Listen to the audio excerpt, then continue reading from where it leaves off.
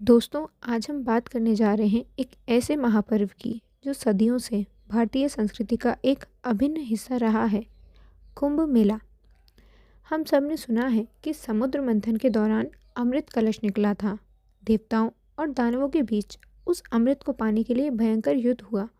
तब भगवान विष्णु ने मोहिनी का रूप धारण करके अमृत को सुरक्षित रखा और इंद्रदेव के पुत्र जयंत को सौंप दिया।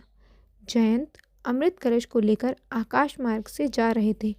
तभी कुछ बूंदें पृथ्वी पर गिर पड़ी। ये बूंदें प्रयागराज, हरिद्वार, उज्जैन और नासिक में गिरी। इन स्थानों पर जहाँ जहाँ अमृत की बूंदें गिरी, वहाँ वहाँ कुंभ के मेले का आयोजन होता है। कुंभ का मेला सिर्फ एक धार्मिक आयोजन ही नहीं, बल्कि यह सामाजिक और सांस्कृतिक दृष्टि से भी बहुत महत्वपूर्ण है। इस मेले में संत, महात्मा, ऋषि मुनि, आस्थावान श्रद्धालु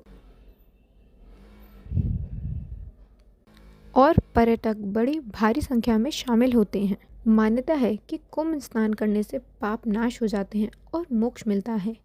ये मेला लोगों को एक साथ लाता है और सामाजिक बंधनों को मजबूत करता है। कुंभ के मेले में भारतीय संस्कृति की झलक देखने को मिलती है। प्रयाग में लगने वाला कुंभ का मेला सबसे महत्वपूर्ण माना जाता है क्योंकि यहाँ गंगा, यमुना और सरस्वती तीनों नदियों का संगम है। हर 12 साल में यहाँ पूर्ण कुंभ लगता है। पिछले पूर्ण कुंभ 2013 में हुआ था और अब 2025 में होगा।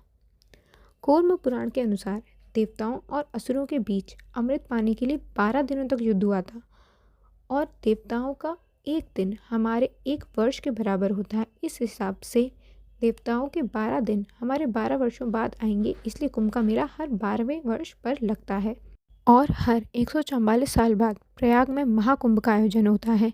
इसका महत्व अन्य कुंभों से कहीं ज़्यादा है। कूर्म पुराण के अनुसार धरती पर 4 कुंभ और देवलोक में 8 कुंभ होते हैं। शिव पुराण के अनुसार माघ महीने की पूर्णिमा पर भगवान शिव, माता पार्वती और अन्य कैलाशवासियों के साथ धरती पर कुंभ घूमने आते हैं। इस दौरान भगवान शिव प्रयागराज, वाराणसी आदि प्राचीन शहरों में घूमकर प्रकृति का आनंद लेते हैं। ऐतिहासिक साक्ष्यों के मुताबिक राजा हर्षवर्धन ने 644 ईसा पूर्व के आसपास इलाहाबाद, जिसे अब हम प्रयागराज कहते हैं, उसमें कुंभ के मेले की शुरुआत की थी। हम कह सकते हैं कुंभ का मेला एक धार्मिक आयोजन ही नहीं, बल्कि भारतीय संस्कृति का एक अनमोल खजाना है। यह मेला हमारी धार्मिक विरासत को जोड़ता है और हमें एकता और भाईचारे का संदेश देता है।